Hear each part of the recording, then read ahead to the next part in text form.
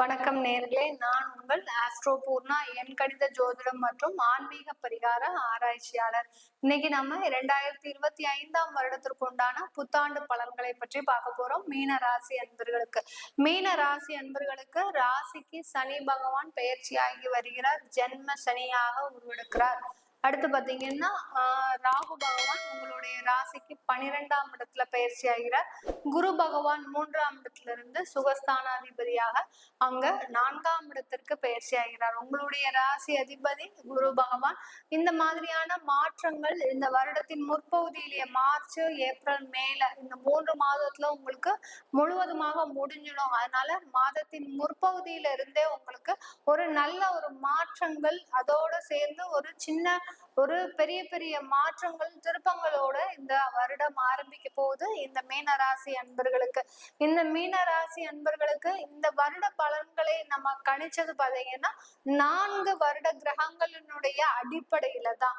அதாவது குருன்ற சுப கிரகம், சனின்ற பாவ கிரகம், ராகு கேதுன்ற நிழல் கிரகங்களினுடைய அடிப்படையில, பெயர்ச்சியின் அடிப்படையில தான் நம்ம இந்த வருட பலன்களை கணிக்கிறோம். அப்படி இருக்கும் போது இந்த வருட பலன்களை தீர்மானிக்கக்கூடிய கிரகங்கள் இந்த 4 கிரகங்கள் மட்டுமே.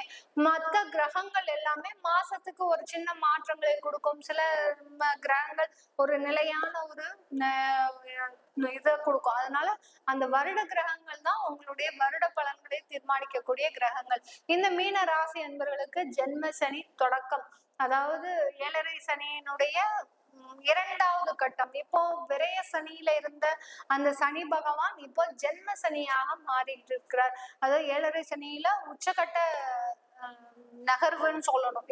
அந்த சனியோடைய பாதிப்பு உங்களுக்கு அதிகமாக இருக்கும். ரொம்ப தெளிவா இருங்க. இதுல எந்த விதமான ஒரு மாற்றமும் இல்லை. யாருமே பயப்படாதீங்க. ஏன்னா 7.5 சனின்னு சொல்லியே நம்மளுடைய நகர்வுகளை நம்மளே தாமதப்படுத்துறோம். அந்த 7.5 சனி எதுவுமே செய்யாது, கவலையப்படாதீங்க. ஒருத்தருடைய முக திரைகளை கலற்றுவதற்குண்டான ஒரு முக்கியமான தருணம்னா இந்த 7.5 சனியினுடைய சாராம்சமே. 7.5 சனி கர்மகாரகன், காலபுருஷனுக்கு கர்மகாரகன் தான் இந்த சனி பகவான். அந்த கர்மகாரகன் என்ன செய்ய போறாரு உங்களுக்கு? யாரு எப்படி என்னென்ன பிரயோஜனம் இல்லையா, யார நீங்க உள்ள அனுமதி பண்ணணும், அனுமதி பண்ணக்கூடாது, யார் கூட கூட்டு தொழில் பண்ணணும், யார் கூட தொழில் பண்ணக்கூடாது, நீங்களே சொந்தமா தொழில் செய்யறது பெஸ்டா, இன்வெஸ்ட்மெண்ட் இல்லாம செய்யறது பெஸ்டா, இப்படி எல்லாம் உங்களுக்கு அதை வரைமுறைப்படுத்தக்கூடிய ஒரு தருணமாக தான் இந்த மீனராசி என்பவர்களுக்கு இந்த 2025 ஒரு முழு பாதியாக இருக்க போகுது, முழு பகுதியாக இருக்க போகுது. ஏன்னா சில பேர் தொழில் செஞ்சிட்டு இருக்கிறீங்க, அதுல ஒரு இன்வெஸ்ட்மெண்ட் கிடைக்குது அப்படின்னு சொல்லிட்டு நம்ம என்ன பண்ணுவோம், ஒருத்தரோட போய் தொழில் செய்வோம். அவர் இன்வெஸ்ட்மெண்ட் கொடுக்குறாரு, என்கிட்ட திறமை இருக்கு, நான் அப்படி இருக்கும் போது நான் அவர்கிட்ட என்னுடைய தொழிலுக்கு உண்டான ஒரு நெறிமுறைகளை கொடுக்கணும் அப்படின்னு நம்ம ரொம்ப பிளாங்கா, ஏன்னா மீனராசி என்பர்கள் சொல்லவே வேண்டாம், அப்படியே திறந்த புத்தகம் மாதிரி தான் இருப்பீங்க. உங்ககிட்ட ஆட்டையை போடணும்னா 100 பேர் ஈஸியா ஆட்டையை போட்டுட்டு போயிடுவாங்க. அந்த அளவுக்கு ஒரு திறந்த புத்தகம் மாதிரி இருப்பீங்க மீனராசி என்பர்கள். இப்படிப்பட்ட இந்த மீனராசி என்பர்கள் இந்த காலகட்டத்துல எடுக்கக்கூடிய முடிவுகள் பாத்தீங்கன்னா இந்த மாதிரி தான் இருக்கும். நீங்க இன்வெஸ்ட்மெண்ட் பண்றதுக்கு யாராவது வருவாங்க உங்க தொழில் சம்பந்தமாக, அவர்களிடம் நீங்க ஏமாறக்கூடியதாக இருக்கக்கூடியதாக இருக்கும். ஏன்னா அதுல கொஞ்சம் ஜாக்கிரதையா இருங்க. அதுக்காக நம்ம இன்வெஸ்ட்மெண்ட் பண்ணாமலே எதுவுமே செய்ய முடியாது. ரொம்ப ஜாக்கிரதையா, யார்கிட்ட எந்த நேரத்துல எப்படி பேசணும், ஒரு பக்குவமா இருக்கணும். உங்களுக்கே அவங்க இன்வெஸ்ட்மெண்ட் பண்ணி, நீங்க இன்னைக்கு இன்வெஸ்ட்மெண்ட் பண்ணீங்க இந்த மாதத்துல, எனக்கு பாத்தீங்கன்னா தொழில் அப்படி அபரிமிதமா வளர்ச்சி வந்துருச்சு, உங்களுக்கு இவ்வளவு ஷேர் தரேன் அப்படின்னு எடுத்து கொடுக்காம உங்களுடைய ப்ரொஜெக்ஷனை அப்படி கண்ட்ரோல் பண்ணி ஒரு கம்ப்ரஸ்ட் பண்ணி நீங்க எடுத்து கொடுத்துட்டே போகணும். அந்த தொழிலினுடைய வளர்ச்சியை இன்வெஸ்ட்மெண்ட் பண்ணிருக்கிறீங்க, ஒரு 50 லட்சம் ரூபாய்க்கு இன்வெஸ்ட்மெண்ட் பண்ணிருக்கிறாங்கன்னா அவங்களுடைய தொழில் வளர்ச்சியை நீங்க அந்த ப்ரொஜெக்ஷன் எப்படி காமிக்கணும், இன்னும் ஒரு 6 மாதம் கழித்து தான் அதனுடைய வெளிப்பாடு தெரிய வரும் அப்படின்றத காமிக்கணும். 50 லட்சம் ரூபாய் கொடுத்த உடனே அடுத்த ஒரு 2 மாதத்துலயே எனக்கு ஒரு 20 லட்சம் ரூபாய் லாபம் வந்துருச்சு அப்படின்னு காமிச்சிங்கன்னா அவங்க உஷாரா இருந்துருவாங்க. ஓ, நம்ம செஞ்சது தப்பு, அப்போ நம்ம இவங்க கிட்ட ரொம்ப இது பண்ணிக்கணும் அப்படின்ற உஷாராக கூட இருந்தேன். அதனால கம்ப்ரஸ் பண்ணி உங்களுடைய தொழில் வளர்ச்சியை காமிச்சீங்கன்னா கண்டிப்பா இந்த மீனராசி என்பர்கள் தொழில்ல ஒரு நல்ல மாற்றத்தை உருவாக்க முடியும். இன்வெஸ்ட்மெண்ட்டுக்கெல்லாம் நிறைய பேர் வருவாங்க. ரொம்ப ஜாக்கிரதையோட பண்ணுங்க. கடனுடைய அளவை ரொம்ப கம்மி பண்ணிக்கோங்க. கடன் வாங்காம எவ்வளவு நீங்க பண்ணணுமோ அதெல்லாம் பண்ணிக்கிட்டீங்கன்னா இந்த 7.5 சனியில ரொம்ப மாட்ட முடியாத ஒரு வருடமாக தான் இருக்கும். கடன் அதிகமா வாங்கிட்டீங்கன்னா சனி என்ன பண்ணுவாரு, கடனை தூண்டுவாரு, கடனுடைய ஆசைய தூண்டுவாரு. அதை நீங்க வாங்குறீங்களா வாங்க மாட்டேங்கிறீங்களான்னு பாப்பாரு. வாங்கிட்டீங்கன்னா நீங்க அங்க க்ளோஸ், அவ்வளவுதான். நீங்க அதுக்கு அடுத்து நீங்க எந்திரிக்கவே முடியாது. சரி இவன் வந்து சொந்தமா உழைக்கிறதுக்கு கஷ்டப்படுறான், அப்போ இவனை சொந்தமா உழைக்க வைக்கிறதுக்கு அந்த கடனை கொடுத்து இவனை அழிக்கிறது தான் முதல் வேலை அப்படின்ட்டு சனி சுதாரிச்சுப்பாரு. அதனால ரொம்ப ஜாக்கிரதையா கடன் வாங்காம எவ்வளவுக்கு எவ்வளவு இருக்கணுமோ அவ்வளவுக்கு அவ்வளவு நீங்க உஷாரா இருங்க. ஏற்கனவே கடன் வாங்கியிருக்கிறேன், என்னால அடைக்கக்கூடிய சுச்சுவேஷன் வருமா அப்படின்னு கேட்டீங்கன்னா ஒரு இடமாற்றம் பண்ணிக்கோங்க. தொழில் ரீதியாகவோ இல்ல வேலை ரீதியாகவோ இடமாற்றம் பண்ணிக்கிட்டீங்கன்னா கண்டிப்பா இந்த ஜென்ம சனியினுடைய தாக்கம் பெரிய அளவுக்கு உங்களுக்கு இருக்காது. நாங்க வெளிநாட்டுல எல்லாம் இருக்கோம் மேடம். மீனராசி என்பவர்கள் நிறைய பேருடைய சந்தேகமே பாத்தீங்கன்னா வெளிநாட்டுல இருக்கோம், எங்களுக்கு 7.5 சனி எப்படி ஒர்க் ஆகும் அப்படின்னு கேட்டீங்கன்னா கண்டிப்பா உங்களுக்கு பெரிய அளவு பாதிக்கப்படாது. 25% அளவுதான் அந்த 7.5 சனியினுடைய தாக்கம், ஜென்ம சனியினுடைய தாக்கம் இருக்கும். அதனால இந்த காலகட்டத்துல உங்களுக்கு பெரிய அளவு வெளிநாட்டுல இருக்கிறவங்களுக்கு பாதிப்பு இருக்காது.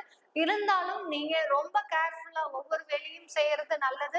சில பேர் புதிதா தொழில் தொடங்கக்கூடிய வாய்ப்புகள்லாம் இருக்கு வெளிநாட்டுல இருக்கக்கூடியவர்கள். அவங்க எல்லாம் உங்களுடைய சுய ஜாதகத்தை பார்த்துக்கோங்க. ஜாதகத்தை பார்த்துக்கிட்டீங்கன்னா நீங்க எந்த அளவுக்கு வளர்ச்சியை பெற முடியும்ன்றத உங்களுக்கு தெரிய வந்துடும். வேலையில இருக்கிறோம், நாங்க அரசாங்க உத்தியோகத்துல இருக்கிறோம், எங்களுக்கு இந்த 7.5 சனியின் பொழுது எங்களுக்கு இந்த 2025ல தேவையில்லாத இடமாற்றங்கள் வருமா, தேவையில்லாத தொந்தரவுகள் வருமா அப்படின்னு கேக்குறவங்களுக்கு உங்களுக்கு இந்த காலகட்டத்துல இடமாற்றம்ன்றது ஒரு முக்கியமான ஒண்ணு. அதை நீங்க அக்செப்ட் பண்ணிக்கணும். 7.5 சனினாலே இடமாற்றம் தான். இடமாற்றத்தை நீங்க ஒப்புதல் கொண்டு நீங்க மாறிக்கிட்டீங்கன்னா உங்களுக்கு 7.5 சனி தொந்தரவை கொடுக்காது. இல்ல நான் இடமாற்றம் செய்ய மாட்டேன், எங்களுடைய குடும்பத்தோடு தான் இருப்பேன் சேர்ந்து அப்படின்னு நீங்க பயணிச்சீங்கன்னா கண்டிப்பா அந்த வேலையில ஆபத்து இருக்கு இந்த மீனராசி அன்பர்களுக்கு. அதனால இடமாற்றம்ன்றது டிரான்ஸ்ஃபரும் கிடைக்குது, தானாக கிடைக்குதுன்னா நீங்க தெய்வ பாக்கியம் உள்ளவர்கள்னா அர்த்தம். மீனராசி அன்பர்கள் உங்களுக்கு தானாகவே டிரான்ஸ்ஃபர் கிடைக்குது, தானாகவே இடமாற்றம் கிடைக்குதுன்னா கண்டிப்பா உங்களுக்கு தெய்வ அனுகூலம் இருக்கு. தெய்வ அனுகூலம் இல்லாம இந்த மாதிரியான மாற்றங்கள்லாம் கிடைக்கவே கிடைக்காது. சில பேருக்கு அந்த தெய்வ அனுகூலம் இருக்கக்கூடியவர்களுக்கு கண்டிப்பா இந்த ஜனவரி ஆரம்பிச்சு ஜனவரி பிப்ரவரியிலேயே இந்த மாதிரியான மாற்றங்கள்லாம் கண்டிப்பா நடந்துரும். அதற்குண்டான முயற்சிகளை நீங்க வேணா 2024 எண்டுல எடுத்துக்கலாம். எடுத்தீங்கன்னா கண்டிப்பா ஜனவரி பிப்ரவரியில ஒரு மாற்றங்கள் என்றது இந்த மீன ராசி அன்பர்களுக்கு ஒரு உறுதியான ஒன்றா இருக்க போது. குழந்தைகள் சம்பந்தமாக உங்களுக்கு ஒரு நல்ல வளர்ச்சிகள் காத்துட்டு இருக்குது இந்த காலகட்டத்துல. ஏன்னா குரு பாத்தீங்கன்னா 4ஆம் இடத்துல இருக்கிறதுனால குழந்தைகள் மூலமாக உங்களுக்கு வெளிநாட்டு பிரயாணம், அடுத்து பாத்தீங்கன்னா குழந்தைகள் மூலமாக ஒரு நல்ல ஒரு புகழ்மிக்க ஒரு சந்தர்ப்பங்கள்லாம் கிடைக்கிறதுக்கு உண்டான ஒரு சாதகமான ஒரு நேரமாக இருக்கும் இந்த மீனராசி அன்பர்களுக்கு. இந்த மீனராசி அன்பர்கள் இந்த காலகட்டத்துல நீங்க கடந்த ஒரு 3 வருடங்களாக இழந்தது நிறைய, இப்பதான் கஷ்டத்தை அனுபவிக்க போறீங்களா அப்படின்னா இல்ல. நீங்க ஏற்கனவே 7.5 சனியை விட அதிகமான ஒரு பல மடங்கு சனியினுடைய ரூபத்தை நீங்க பாத்துட்டீங்க. அதனால உங்களுக்கு 7.5 சனிலாம் ரொம்ப தூசு மாதிரி. அதனால இப்ப இதற்கு உண்டான ஒரு காலகட்டமாக தான் 2025.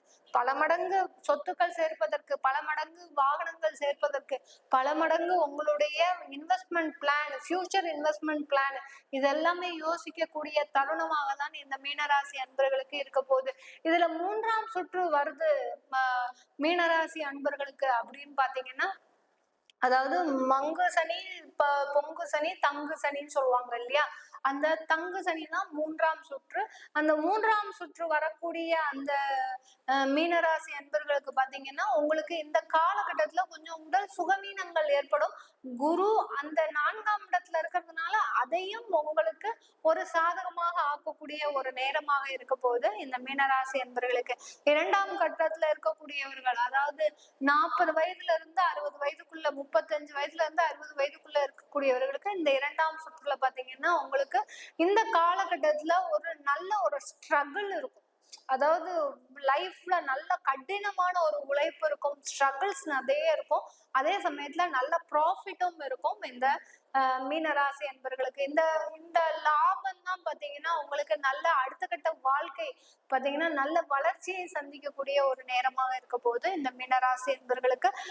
மாணவ பருவத்துல இருக்கக்கூடிய அன்பர்களுக்கு இந்த சனி பாத்தீங்கன்னா உங்க படிப்புல கொஞ்சம் தடை கொடுக்கும். கொஞ்சம் கவனம் சிதறாமல் நீங்க படிச்சீங்கன்னா கண்டிப்பா அது ஒரு நல்ல ஒரு மாற்றத்தை கொடுக்கக்கூடிய ஒரு வருடமாக தான் இந்த 2025 இந்த மீனராசி என்பர்களுக்கு ஒரு முழு பலனாக இருக்க போது. குடும்பம் ரீதியாக நல்ல ஒரு முன்னேற்றங்கள், அடுத்து பாத்தீங்கன்னா வெளியூர் பிரயாணம், சுற்றுலா பயணம், அடுத்து ஆன்மீக பயணம், இதெல்லாம் இந்த மீனராசி என்பர்களுக்கு இந்த காலகட்டம் ஒரு சிறந்த அற்புதமான ஒரு வருடமாக இருக்க போகுது. நிறைய பயணத்திலேயே ஆன்மீக பயணம் தான் நிறைய இருக்க போகுது 2025ல. அப்படி மாதிரி பண்ணுனீங்கன்னா கீழே கமெண்ட் பாக்ஸ்ல மென்ஷன் பண்ணுங்க, நாங்க இந்த மாதிரி ஆன்மீக பயணம் நிறைய போனோம் அப்படின்னு. இந்த 2025 இது மீன ராசி என்பர்களுக்கும் மீன லக்ன அன்பர்களுக்கும் இந்த பலன்கள் பொருந்தும். இது உங்களுடைய தசாபதி பலன்களை தெரிஞ்சுக்கணும் அப்படின்னு விருப்பப்படுறவங்க கீழே இருக்கிற நம்பருக்கு வாட்ஸ்அப்ல அப்பாயின்மெண்ட் வாங்கிட்டு நீங்க என்கிட்ட கன்சல்ட் பண்ணிக்கலாம். உங்களிடமிருந்து விடைபெறுவது உங்கள் ஆஸ்ட்ரோ பூர்ணா. நன்றி, வணக்கம்.